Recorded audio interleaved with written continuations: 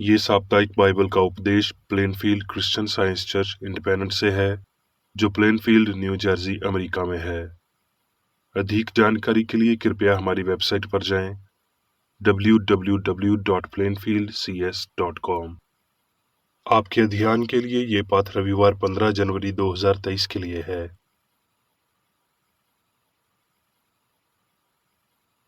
विषय: जीवन, स्वर्णपथ, यूहन्ना। और अनंत जीवन ये है, वो तुझ अद्वितीय सच्चे परमेश्वर को और यीशु मसीह को, जिसे तूने भेजा है, जाने।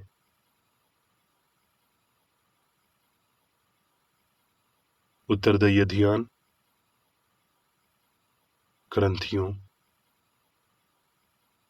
क्योंकि हम जानते हैं कि जब हमारा पृथ्वी पर का डेरा सरीखा घर गिराया जाएगा, तो हमें परमेश्वर की ओर से स्वर्ग पर एक ऐसा भवन मिलेगा जो हाथों से बना हुआ घर नहीं, परंतु चिरस्थायी होगा।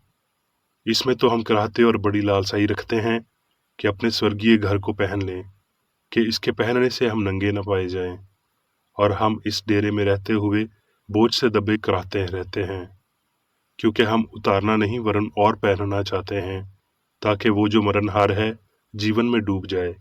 और जिसने हमें इसी बात के लिए तैयार किया है वो परमेश्वर है, जिसने हमें बयाने में आत्मा भी दिया है। सो हम सदा ढारस बंधे रहते हैं और ये जानते हैं कि जब तक हम देह में रहते हैं तब तक प्रभु से अलग हैं, क्योंकि हम रूप को देख कर नहीं पर विश्वास से चलते हैं। इसलिए हम ढारस बांधे रहते हैं और देह से अलग होकर प्रभु के साथ रहना और भी उत्तम समझते हैं।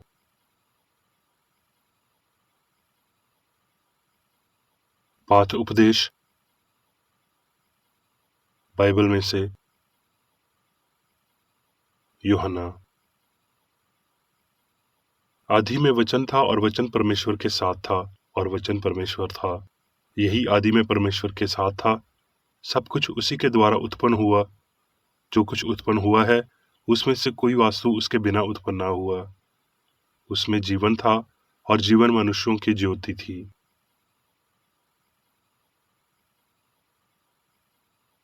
अयूब। मुझे ईश्वर की आत्मा ने बनाया है और सर्वशक्तिमान की सांस से मुझे जीवन मिलता है।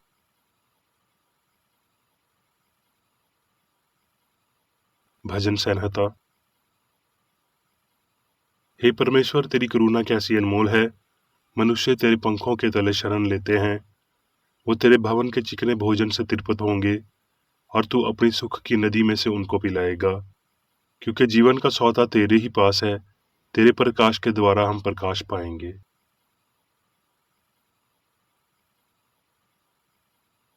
मत्ती। तब उस समय आत्मा यीशु को जंगल में ले गया ताकि अबलीस से उसकी परीक्षा हो।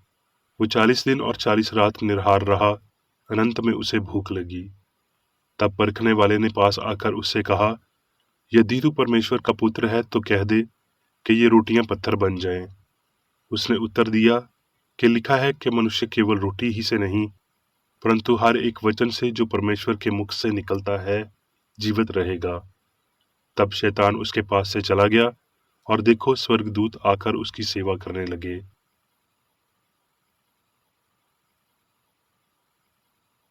यूहन्ना। इन बातों के बाद यीशु गलील की झील अर्थात तिबिरियास की झील के पास गया और एक बड़ी भीड़ उसके पीछे हो ली, क्योंकि जो आश्चर्य कर्म वो बीमारों पर दिखाता था वो उनको देखते थे। तब यीशु पहाड़ पर चढ़कर अपने चेलों के साथ वहां बैठा।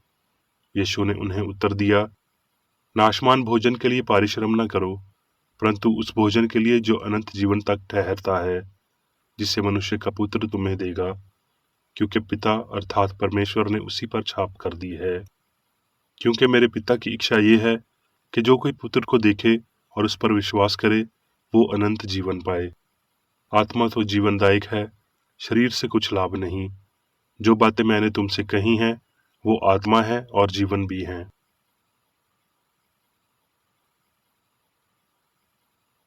यूहन्ना। मैं तुमसे सच सच कहता हूँ, जो मेरा वचन सुनकर मेरे भेजने वाले की प्रतीति करता है, अनंत जीवन उसका है, और उस पर दंड की आज्ञा नहीं होती, परंतु वो मृत्यु से पार होकर जीवन में प्रवेश कर चुका है।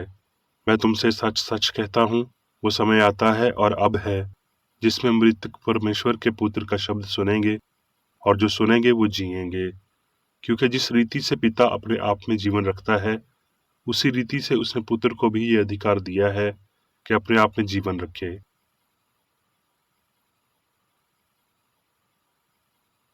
प्रेरितों के काम। हफ्ता के पहले दिन जब हम रोटी तोड़ने के लिए इकट्ठे हुए, तो पौलुस ने, जो दूसरे दिन चले जाने पर था, उनसे बातें की और आधी रात तक बातें करता रहा। जिस अटारी पर हम इकट्ठे थे, उसमें बहुत दिए जल रहे थे, और यूतुकस नाम का एक जवान खिड़की पर बैठा हुआ गहरी नींद से झुक रहा था। और जब पौलुस देर तक बातें करता रहा, तो वह नींद के झोंके में तीसरी अटारी पर से गिर पड़ा और मरा हुआ उठाया गया। परंतु पौलुस उतरकर उससे लिपट गया और गले लगाकर कहा, घबराओ नहीं, क्योंकि उसके प्राण उसी में हैं। और ऊपर जाकर रोटी तोड़ी और खाकर उतनी देर तक उनसे बातें करता रहा कि पोप हट गई। फिर वो चला गया, और वो उस लड़के को जीवित ले आया और बहुत शांति पाई।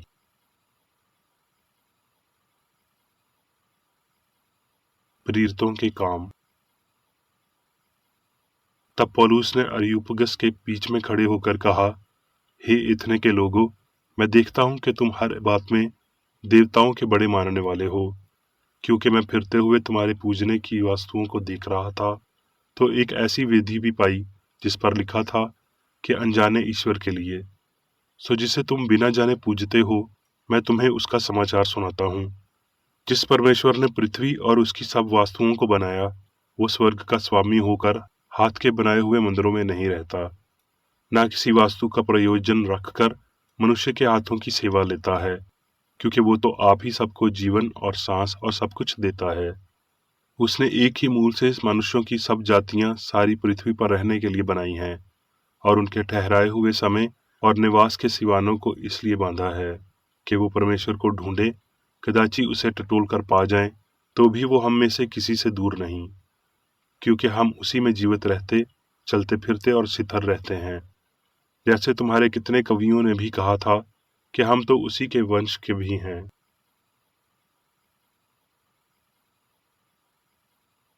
नीति वचन। धार्मिक का प्रतिफल जीवन का वृक्ष होता है।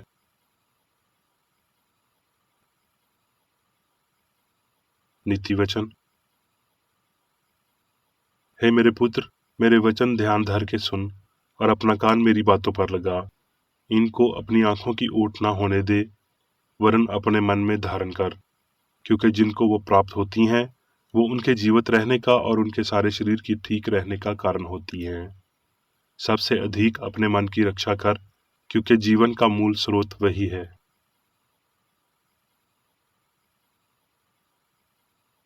अब मैं मेरी बेकर रेड्डी द्वारा क्रिश्चियन साइंस की किताब विज्ञान और स्वस्थ शास्त्रों की कुंजी के साथ के साहस संबंधी अंश पढ़ूंगा।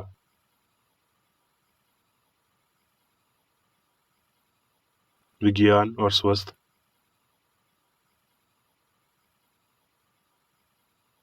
ईश्वर दिव्य जीवन है, और जीवन उन रूपों तक ही सीमित नहीं है जो इसे प्रतिबिंब करते हैं, जैसे पदार्थ इसकी छाया में है।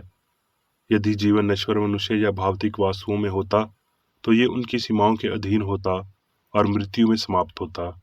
जीवन मन है, निर्माता ने अपनी रचनाओं में इसे प्रतिबिंब किया।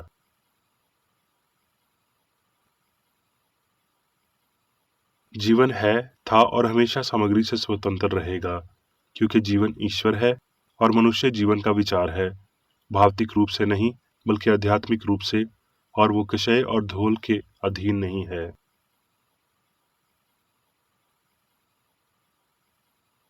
मनुष्य मांस की संतान नहीं बल्कि आत्मा की है, जीवन की है पदार्थ की नहीं।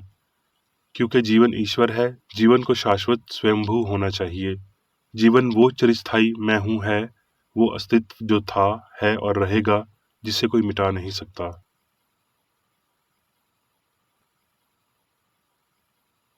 ये समझ के ईश्वर जीवन है आत्मा जीवन की मृत्यु रहित वास्तविकता, उसकी सर्वशक्तिमानता और अमरता में हमारे विश्वास को मजबूत करके हमारे दिनों को लंबा कर देती है।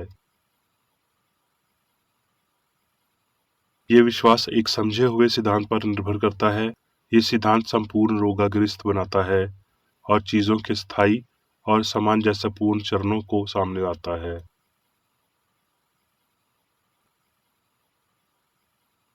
मन कल और आज और हमेशा जीवन, प्रेम और ज्ञान की तरह ही है।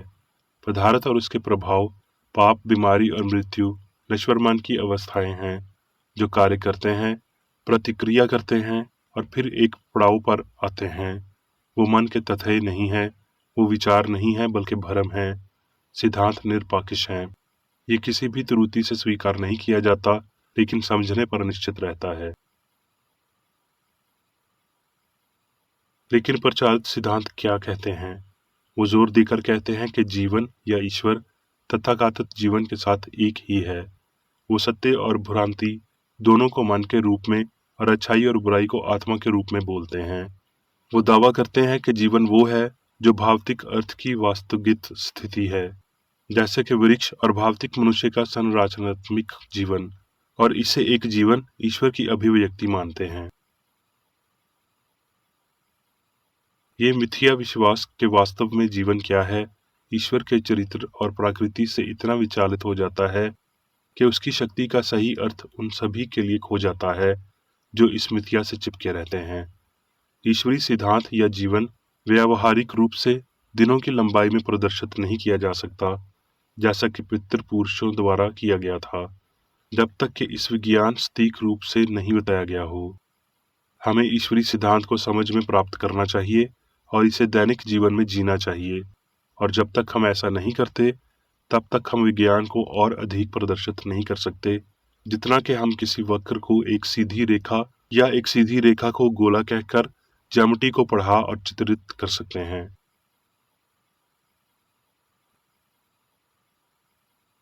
एक मैं या हम के अलावा कोई नहीं, लेकिन एक दिव्य सिद्धांत या मन सभी अस्तित्व को नियंत्रित करता है।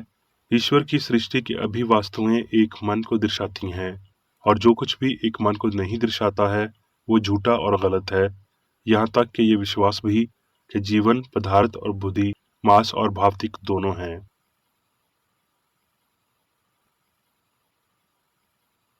विचार की त्रुटि कार्रवाई की त्रुटि में परिलक्षित होती है। भौतिक के रूप में अस्तित्व का निरंतर चिंतन शुरुआत और अंत के रूप में, और इसके घातक चरणों के रूप में जन्म, क्षय और विघातन के साथ सत्य और आध्यात्मिक जीवन को छिपाता है और हमारे मार्ग को धूल में फंसा देता है। यदि जीवन का कोई प्रारंभिक बिंदु मौजूद है तो महान मैं हूं एक मैथिक है जो जीवन में भूल नहीं है, ये अनंत है।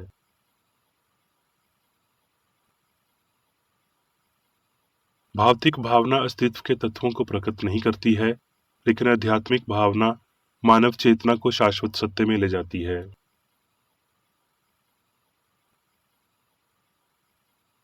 जीवन वास्तविक है और मृत्यु भ्रम है।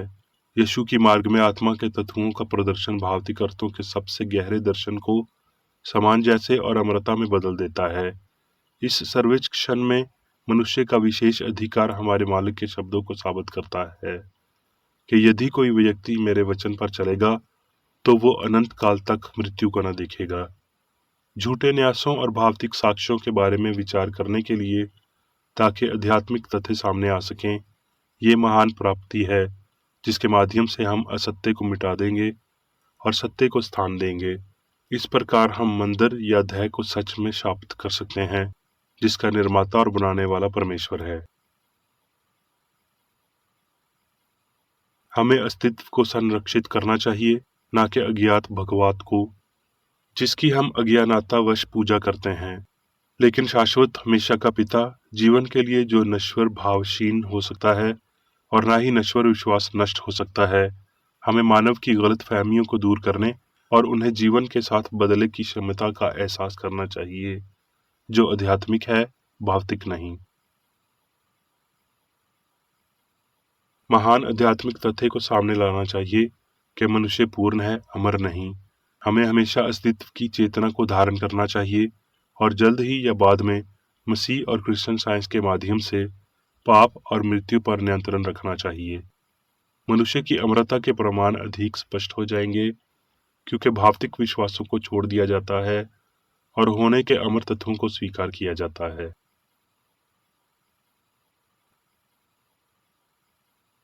हम दो स्वामियों की सेवा नहीं कर सकते। प्रभु के साथ वर्तमान होना केवल भावनात्मक प्रमाण या विश्वास नहीं है, बल्कि वास्तविक प्रदर्शन और जीवन की समझ है, जैसा कि क्रिश्चियन साइंस में सामने आया है। प्रभु के साथ होना ईश्वर के कानून का पालन करना है, परमात्मा द्वारा पूर्ण रूप से शासित होना, आत्मा द्वारा ना कि पदार्थ द्वारा। एक क्षण के लिए सुचित हो जाएं कि जीवन और बुद्धि वह शुद्ध रूप से आध्यात्मिक है, ना तो भौतिक में और ना ही भौतिक के साथ, तो शरीर तब कोई शिकायत नहीं करेगा। यदि बीमारी में विश्वास से पीड़ित हैं, तो अचानक आप खुद को स्वस्थ पाएंगे। शरीर को आध्यात्मिक जीवन, सत्य और प्रेम द्वारा नियंत्रित किए जाने पर दुख को आनंद में बदल दिया जाता है। इसलिए यीशु की प्रतिज्ञा की आशा पूरी हुई कि जो मुझ पर विश्वास रखता है, ये काम जो मैं करता हूँ वो भी करेगा, क्योंकि मैं पिता के पास जाता हूँ। क्योंकि अहंकार शरीर से अनुपाशित है और सत्य और प्रेम के साथ मजबूत है।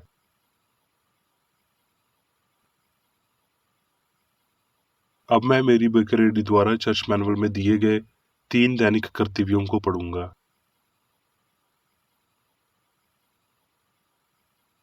दैनिक प्रार्थना।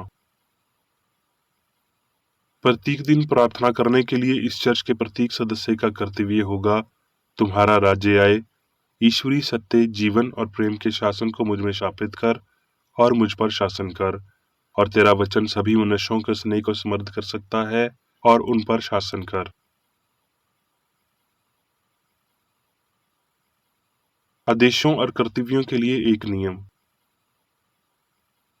ना तो दुश्मनी और ना व्यक्तिगत लगाव मदर चर्च के सदस्यों के आदेशों और कर्तव्यों पर लागू करना चाहिए।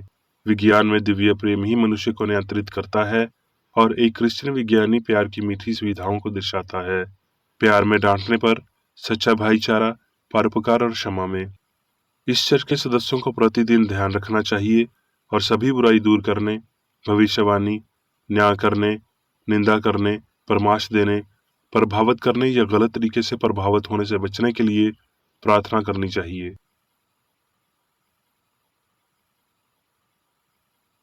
कर्तव्य के प्रति सतर्कता। इस चर्च के प्रत्येक सदस्य का यह कर्तव्य होगा कि वो प्रतिदिन आक्रामक मानसिक सुझाव से बचाव करे और भूल कर भी ईश्वर, नेता और मानव जाति के प्रति अपनी कर्तव्य की उपेक्षा नहीं करनी चाहिए। उनके कामों से उन्हें आंका जाएगा और वो उचित या निंदनीय होगा।